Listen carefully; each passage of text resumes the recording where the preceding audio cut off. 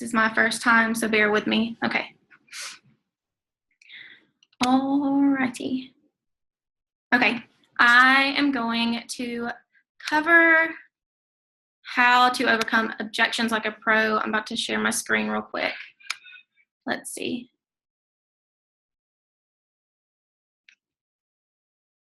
Okay. Okay, so make sure you have your paper and a pencil or something, because some of this stuff I personally did not know. Like, I've looked stuff up and I've watched training videos the past couple of days, and I found some really good things that I never used. Okay. Objections are either prevented, provoked, or accepted. Objections are uncertainty of info. Your prospect doesn't have enough info to make a decision. There's a speed bump in the process. There's a lack of trust. Objections are not a final answer, a final no, a reason to give up, and it doesn't determine you as a coach. You should be getting no's every single day. Successful coaches get multiple no's every single day. So it's just, if you can anything. Okay. Do not product vomit. Let them ask their questions. Do not overwhelm them with answers to questions that they have not asked.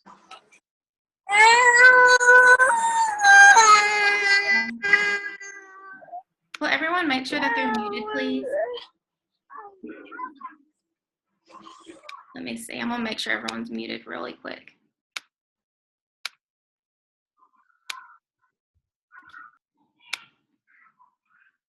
Okay. Do not product vomit. Let them ask the questions. Do not overwhelm them with answers to questions that they have not asked. Like, I'm so guilty of doing this, especially when I first started and I knew the value in all the products. When I first started, obviously I didn't know everything, but I knew the value, and I was just vomiting all this information on people that had no idea. They just categorized Shakeology with any other shake, and I was just like, Shakeology is amazing. It has 70 ingredients, blah, blah, blah, blah, blah. And they were like, okay. And I'd say, it's $140. And then they were like, okay, she's crazy. Okay. Too many times coaches beat around the bush and never ask a straightforward question to find out if the person to whom they're talking to is even a good prospect. The reason I like these questions to ask the prospect is because they are simple and they do what they're designed to do. What's holding you back from reaching your fitness and health goals? If you could overcome these challenges, how would it affect your family? If you were to make this happen, what would it mean for you personally? If you don't solve, and then whatever their situation is, you'll find it out after you ask them questions while they're starting this journey. But if you don't solve whatever issue they have, what kind of difficulties will you face going forward? What does success look like for you? If you were to wave your magic wand and it's 3 years from now, how would your life look? And then ask them to tell you how it would look if they changed and if they didn't change. What is your timeline for making a decision? How have you made decisions like this in the past? Are there any reasons why you wouldn't make a decision today? Take these questions and put them somewhere where you can refer to them when you're about to start any call or conversation. Sometimes all you need is one question, and your prospect will share with you all the information you need to help them. Other times you may need to ask a few, but make sure you don't overdo it. You don't want to make your prospect feel as if he or she is on the witness stand. Like it says, just pick a couple questions that you seem will relate to them more. People who are looking for success, I would ask them, what does success look like for you? People who have families and they're doing this for their family, I would ask them, if you could overcome these challenges, how would it affect your family?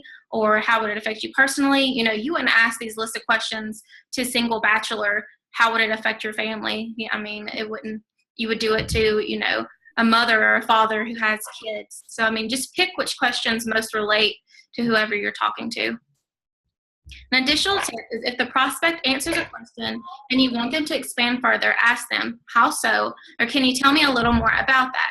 You'll be surprised at how much you can learn and the difference it will make in your ability to help them succeed. Okay, listen to their objections. Do not interrupt them when they're telling them. When you interrupt them, it feels as if you're objecting to their objection, if that makes sense. Remember that they're trying to tell you something that will help you connect to them, and they will be giving you more information about how to frame and reposition your approach. 3 steps to handling an objection. Step 1 is to remain silent. Gives you time to think, and sometimes the challenger may even answer their own objection for you. Thinking is a good thing, where you're adding a little pause into proceedings because you are demonstrating that you are taking the objection seriously. Whenever I first started coaching, I would get so excited if somebody messaged me. I would immediately message them back, and then I would sit there just staring, watching that little dot, dot, dot across my screen, waiting for them to say something back to me. And if they didn't say something back, I was like, oh my gosh, they're not interested. And I would just be like, hello. I mean, don't do that. Give them time to think and reflect on, what they're saying. Gather information. That's step number 2.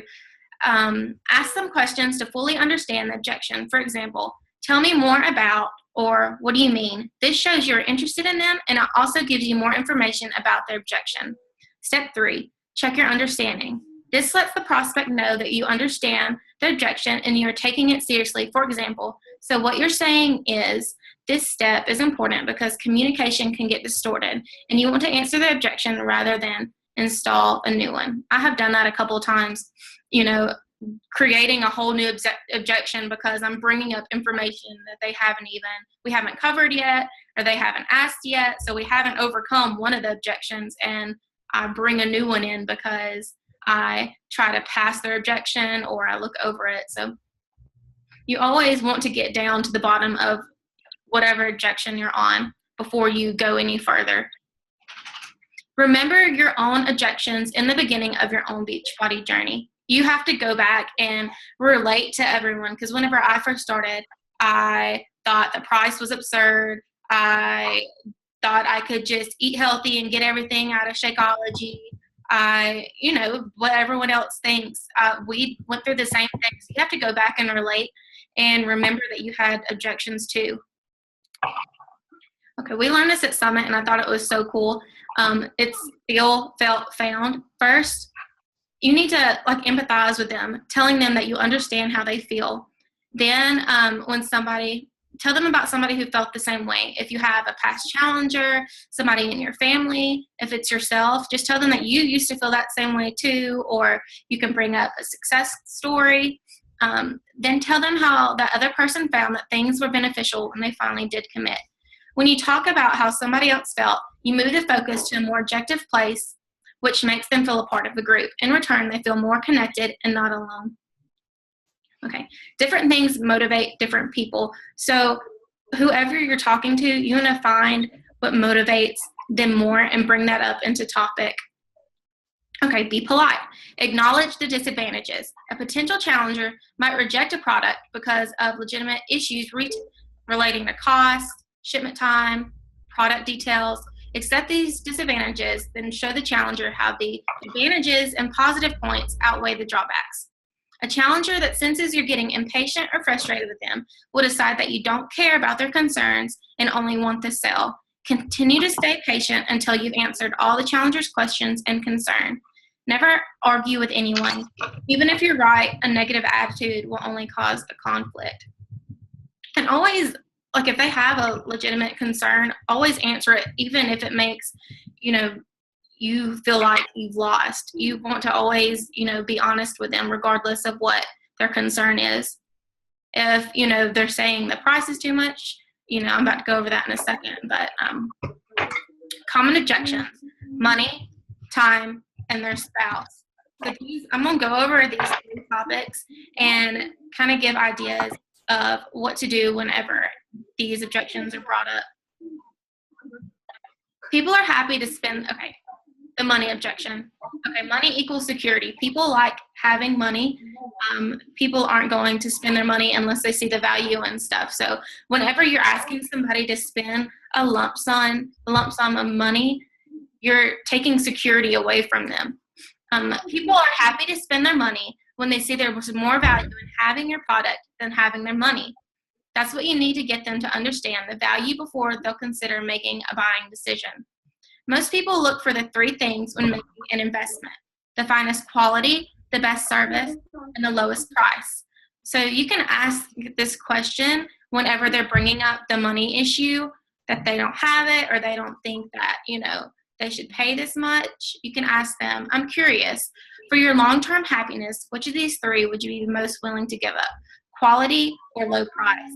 And then whenever they answer it, you can kind of get a feel for if they're really serious or if they're not, if they're just looking for, a quick fix.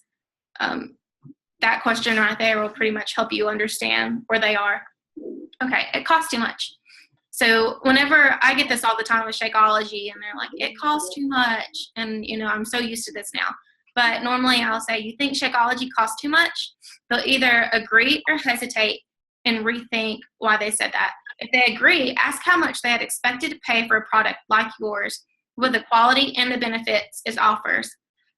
You can list the benefits briefly. Like I said, don't vomit on them, but you can give them a brief summary and just ask them, well, how much would you expect to pay for all of this? Just be like, I'm curious. You don't have to be rude about it or anything. What you're doing is building value in order to decrease their money resistance. Okay. Never apologize for the price, ever. If they ask for the price first, you can say, that really depends on what you need and how you choose to enroll. Let me ask you a few more questions and we can go from there. If a challenger complains that your product is more expensive than a competitor's, agree with them. If the facts are there that there's another product that's more expensive, say, yeah, they are less expensive. You can say, yeah, they are less expensive. This lets the potential challenger know that you're not denying the objection and allows you to explain while it's irrelevant. Explain the value of the product. Remind them that this is an investment and not an expense. When it comes down to your health and your well-being, it should be priceless. So you're investing in your future and not necessarily, just taking money out of your account. Okay, this is a lot. Don't freak out. Usually, everybody gets this. I don't have enough time, or, there's always something regarding time that gets brought up in every conversation that I have. Okay. Usually one of the two things is happening when you get a time objection. Either the prospect is considering your offer but needs more time to do some other things before he or she is ready to check out, or they have no intention of buying and just wants to get rid of you. I know that sounds horrible, but I can raise my hand and say that I've done that before. I've said, I'm making sure everyone's muted really quick. Can everyone make sure they are muted, please? Okay, great. A lot of people will just say, we'll just give you an objection that sounds good just to get rid of you and out of conversation, and it happens all the time. To uncover the truth, you'll need more information. Usually the best way to find out is to ask them directly. You can say something like, absolutely, can you tell me a little more about what's holding you back? Your prospect may admit that he or she needs to get approval from a spouse, or it might be financial issues. Okay.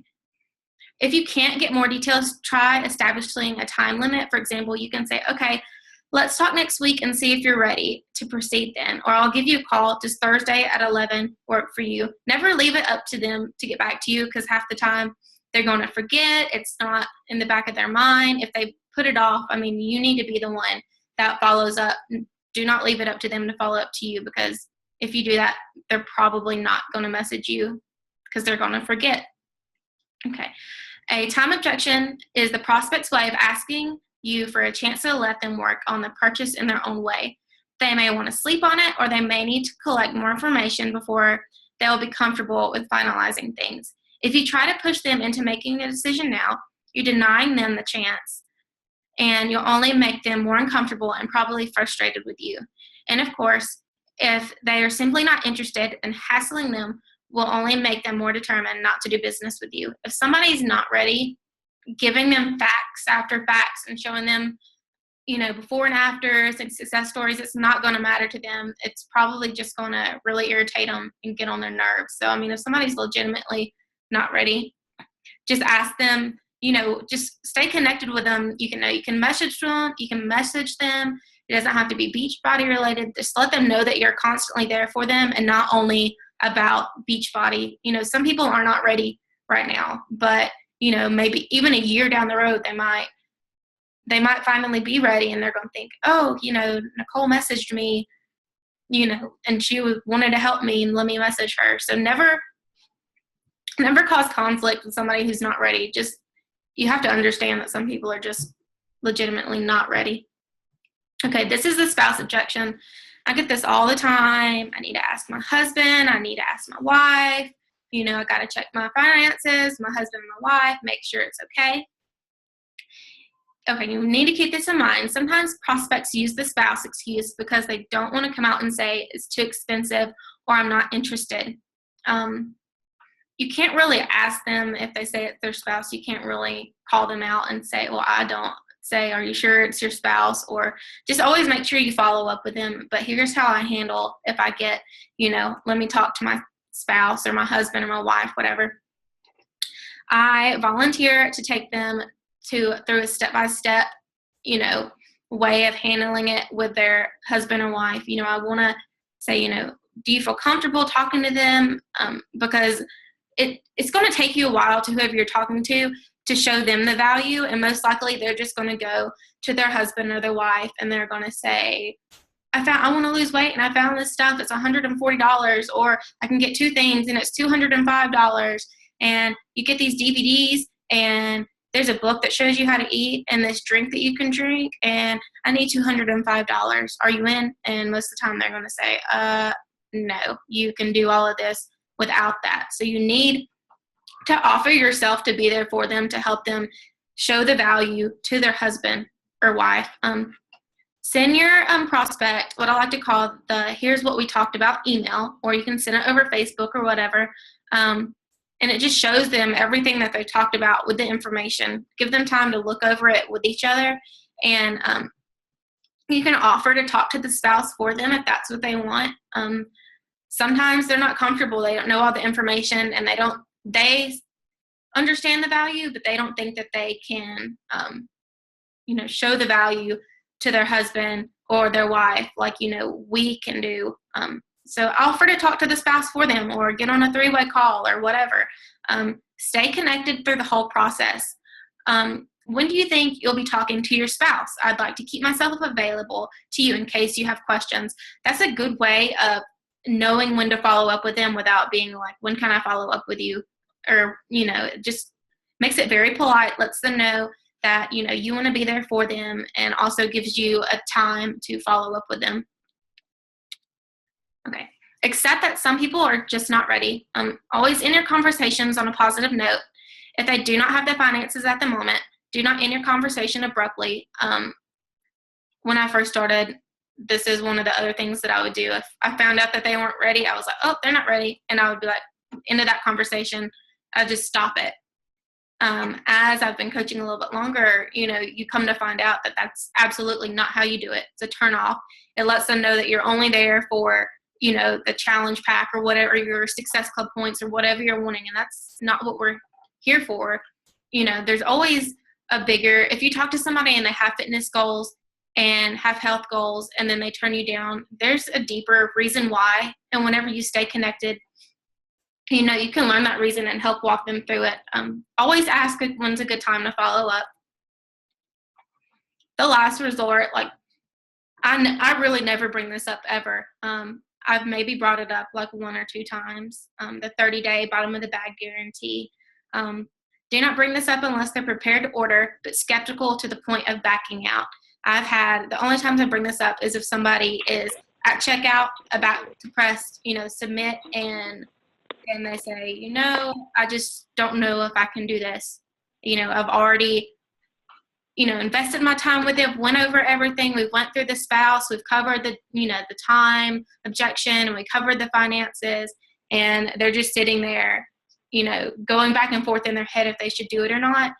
I let them know that there is a 30-day bottom of the bag guarantee. But just like with anyone else that you have as a challenger, you need to stay completely invested with them through their whole process. You can ask them, how often do you want me to check up with you on your journey? I have some people that need me every single day, and I have some people that only want to check in once a week. You need to make sure what page each person is on that you're talking to, because somebody might need you every single day. And if you only check with them once a week, they're going to make their Shakeology with, with just water and no ice or no fruit, and they're going to say, this tastes like crap. I'm going to return it. So, you have to consistently connect with these people, and especially with the Shakeology, walk them through how to make it. Ask them what their favorite, recipe that they've been doing. Offer them a recipe. Let them know when their bag's about to ship out again if they want to try a new flavor. Send them, what your favorite recipe is with a different flavor. It just gives them ideas. If they have chocolate, you can say, I have vanilla and I do this and it's really good. If you like peanut butter, you could do this with a vanilla. And it gives them the idea that they can change their flavor. But only do this if they are at the point of checking out and they just back out right at the last moment. And even sometimes I don't even do this. Okay, go for no.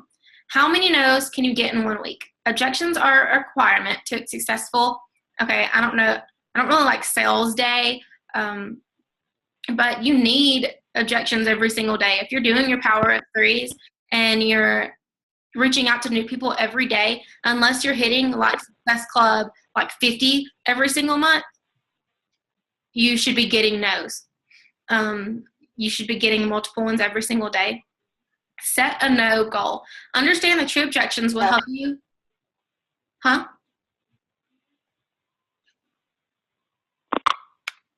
What? I'm almost done. Understand that true objections will help you get one step closer to where you need to be, whether it's to your next stage with your current prospect or investing your time elsewhere. Do not take it personal. Don't get offended, and people really might not be ready. Just think of it as you've planted a seed, and now these people are going to be watching you even more than if you would have never reached out to them. What people say is a reflection of them and not you. If they say yes, continue to stay invested. These are your future coaches. 99% of the decisions to become a coach depends on how you're treated as a challenger. They're going to relate what you do to them with themselves. Are they going to be able to do that to other people? That's all how you treat your challengers. They're your future coaches, and that's how they're going to make the decision if coaching is for them or not, how you treat them. It's not what you got, it's what you give. This is the very last slide, and I love this because it says, we make a living by what we get, but we make a life by what we give. And that's just so true. You can buy material stuff and you can have, just materials, but if you want to be happy in your life, you're going to have to give emotion and truly invest your time with people. Okay, let me stop the share and stop the recording.